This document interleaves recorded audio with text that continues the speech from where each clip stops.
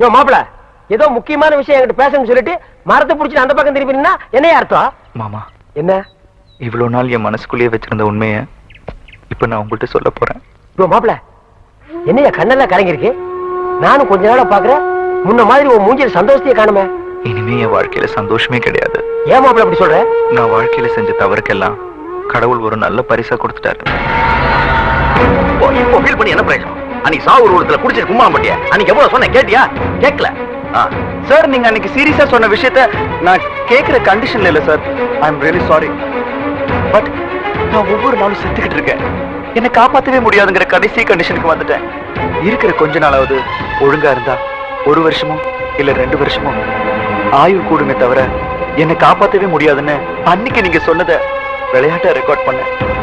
ஏன் துரதிருஷ்டம், அதை லேட்டா கேட்டு தெரிஞ்சுக்க வேண்டியதாயிடுச்சு. இதை பரவாயில்ல, நான் ஒரு டாக்டர், நீ என்னோட பேஷண்ட், அவ்வளவுதான். திரும்ப திரும்ப உனக்கு அட்வைஸ் பண்ணிட்டு உன் பின்னாடி என்னால அலைஞ்சிட்டு இருக்க முடியாது. அதனாலதான் உன்னை பத்தி உண்மையை உங்ககிட்டே சொல்ல வேண்டிய நிர்பந்தத்துக்கு ஆளாயிட்டேன். I'm sorry. Last chance. கடைசியா உன்னை காப்பாற்ற ட்ரை பண்றேன்னு சொல்லாதீங்க டாக்டர். என்னை எப்படி காப்பாத்துவேன்னு சொல்லுங்க. எனக்கு ரொம்ப பயமா இருக்கு டாக்டர். நான் அவளை மனசார விரும்புறேன். எனக்காக இல்லாட்டியும் அந்த பொண்ணுக்காவது நான் வாழ்ந்தே ஆகணும் டாக்டர். உங்களை தான் கடவுளா நம்பி இருக்கேன். என்னை எப்படியாவது காப்பாத்துங்க டாக்டர். காப்பாத்துங்க doctor. Please please doctor. Come on. Cool down. இத பாரு. லுக்கியா. நீ அந்த பொண்ணை பத்தி இவ்வளவு தூரம் சொன்ன பிறகு என் மனசுல என்ன தோணுது? குயில் மாதிரி பாட்டு பாடிட்டு, சிட்டுக்குருவி மாதிரி சிறகடிச்சுக்கிட்டு உல்லாசமா பாடிட்டு அந்த பொண்ணோட வாழ்க்கையை பத்தி கொஞ்சம் யோசிச்சு பாரு. உன் வாழ்க்கையை பத்தி கொஞ்சம் நினைச்சு பாரு. நான் இதுக்கு முன்னாடி செஞ்ச தவறுகள் தான் வாழ்க்கையில பெரிய சுகம் நினைச்சுக்கிட்டு இருந்தேன். ஆனா காதலுங்கிறது அதை விட புனிதமானதுன்னு பூங்குடியை பார்த்ததுக்கு அப்புறம் தான் புரிஞ்சுக்கிட்டேன். நான் பூங்குடியை விட்டு விலகி போறது அவ வாழ்க்கை என்னால பாதியிலேயே நின்று போயிடக்கூடாதுன்னு தான். என் வாழ்க்கையில நல்ல காதலியை கொடுத்த கடவுள் அவ கூட சேர்ந்து வாழ்ற பாக்கியத்தை கொடுக்கல. நான் பூங்குடியோட சேர்ந்து வாழணும்னு நினைச்சதுக்கு அப்புறம் தான் நான் சாக போற உண்மையை எனக்கு தெரிஞ்சது. இது ஏன் நீ முதல்லயே சொல்ல? நீங்க எங்க என்ன சொல்ல விட்டீங்க? நீ கவலைப்படாத, தைரியமாயிரு, எல்லாம் நல்லபடியா நடக்கும்.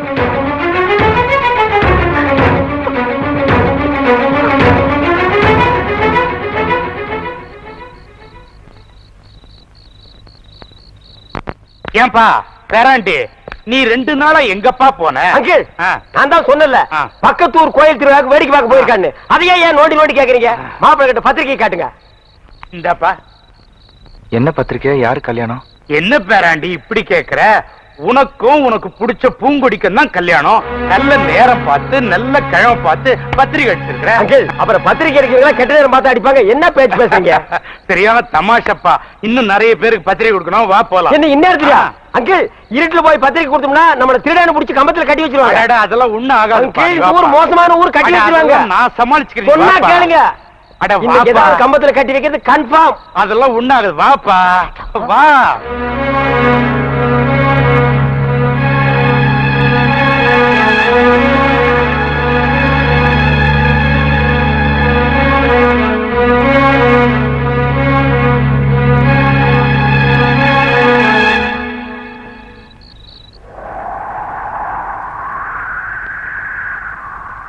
அருணோட மாமா எல்லா விஷயத்தையும் என்கிட்ட சொல்லிட்டாரு. இத பாருமா, நான் திரும்பவும் சொல்றேன், அருணோட ஹார்ட் ப்ராப்ளத்தை யாருமே குணப்படுத்த முடியாது. அவன் உயிர் எந்த நேரத்திலும் போகும். அவன் இப்ப கடைசி கண்டிஷன்.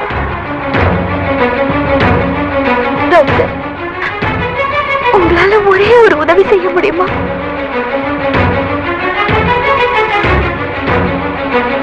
என்னால முடிஞ்சா நான் கண்டிப்பா செய்றேன்.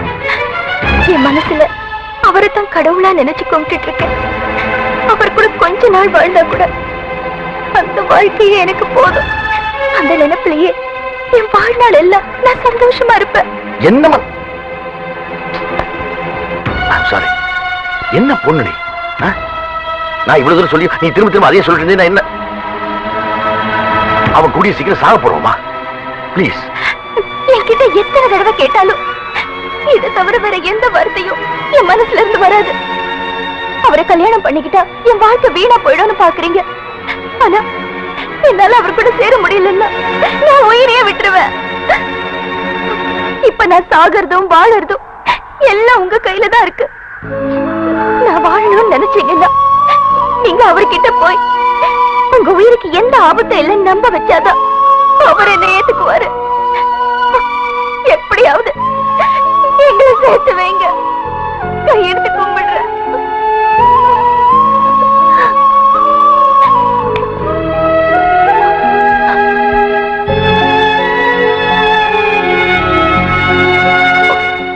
நான் ட்ரை பண்றேன். ஒரு நிமிஷம், இந்த விஷயம் எனக்கு தெரியுங்கிறது வேற யாருக்கும் தெரிய வேண்டாம்.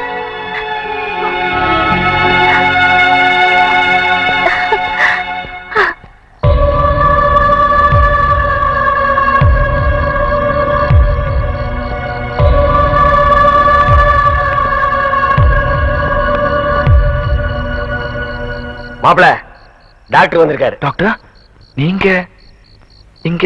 என்ன அருண், எப்படி இருக்க?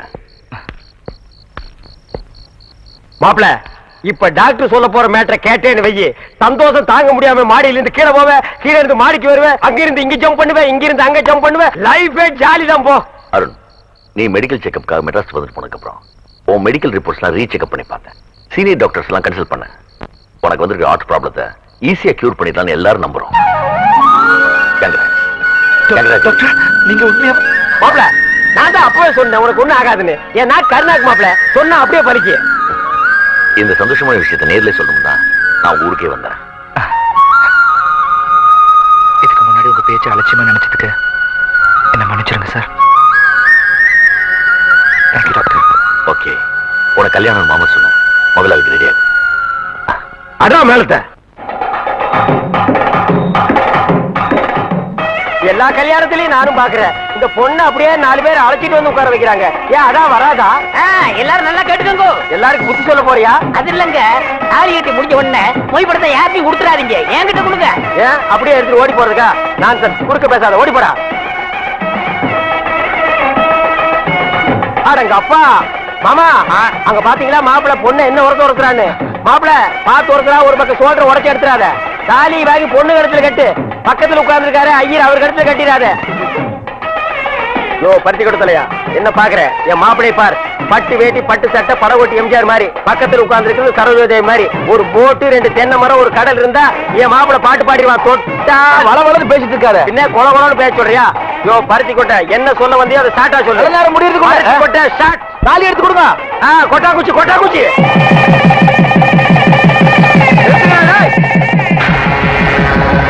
மாப்பிள்ள நான் இங்க இருக்கேன், அங்க எவன்டா துணை மாப்பிள்ள உட்கார்ந்து இருக்கா? வீட்டு கல்யாணமா பண்றீங்க?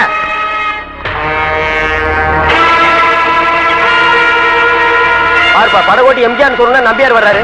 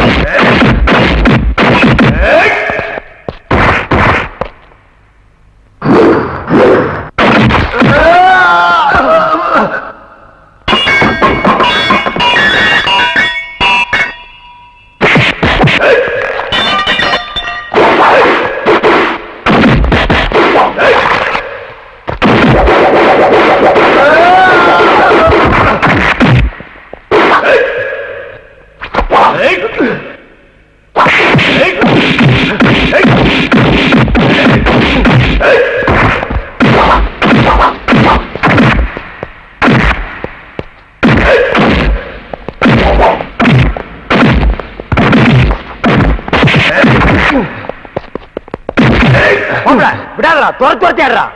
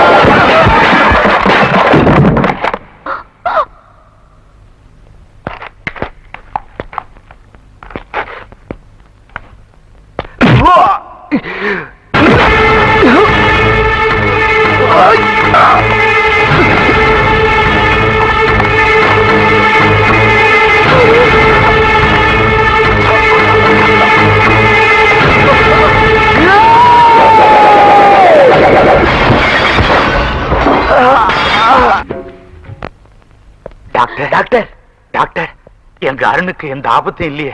அருணோட ஆபரேஷன் சக்சஸ் ஆச்சு. அவர் உயிருக்கு எந்த ஆபத்தும் இல்லை. இப்ப தாயா எங்களுக்கு உசுரே திரும்பி வந்திருக்கு.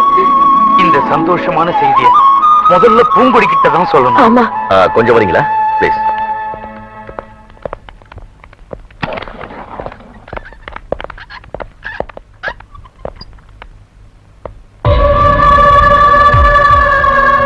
நான் சொல்ல போற விஷயத்தை கேட்டு யாரும் அதிர்ச்சி அடையாம மனசு திறப்பு.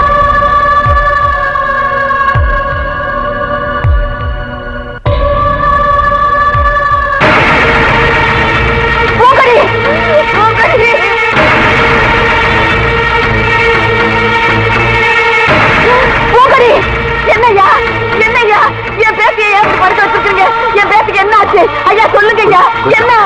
அருணோட ஹார்ட் வீக்கா இருந்தப்போ பூங்குடியா முன் வந்து தன்னோட இதயத்தை அருணுக்கு டிரான்ஸ்பிளான்ட் பண்ண சொல்லி கெஞ்சி கேட்டா. அப்படின்னா என் பேத்தி செத்து போயிட்டாளா? உயிர் பிரிய நிலைமை ஒருத்தர் கோமா ஸ்டேஜ்ல இருக்கும்போது அவங்க ரிலேட்டிவ்ஸ் ஒரு பர்மிஷனோட தான் நாங்க ஹார்ட் டிரான்ஸ்பிளான்டேஷன் செய்ய முடியும் தெரிவிக்கிட்டோம். பூங்குடி தூக்க மாட்டேன் சாப்பிட்டு ஒரு லெட்டர் எழுதி வச்சு கோமா ஸ்டேஜுக்கு போயிட்டாங்க. எல்லாரும் என்ன மன்னிச்சிருங்க. நான் இந்த முடிவுக்கு வந்தது என் முழு மனசோட தான். என்னை காப்பாற்றணுங்கிற முயற்சியை விட்டுட்டு என் இதயத்தை எடுத்து அவருக்கு வச்சிருங்க. நான் வாழ்நாள் பூரா அவர் நெஞ்சுக்குள்ளேயே வாழ்ந்துகிட்டே இருப்பேன். இப்படிக்கு பூங்கொடி.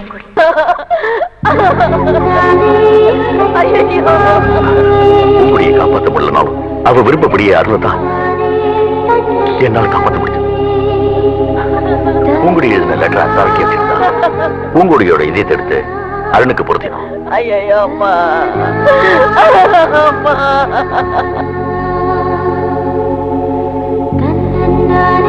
என்ன பொறுத்த வரைக்கும் பூங்குடி இன்னும் சாகல. அவ அருணோட இதயமாத்தான் வாழ்ந்துட்டு இருக்கா. அவ இறந்த விஷயம் அருணுக்கு தெரியாது. சங்கீத விஷயமா வெளிநாடு போயிருக்கிறதாக்கும் கூடிய சீக்கிரமே அவ திரும்பிடுவான்னு அருண் கிட்ட போய் சொல்லி அவனை நம்ப வச்சிருக்கோம். அவளும் வருவான்னு அவன் காத்துக்கிட்டு இருக்கான்.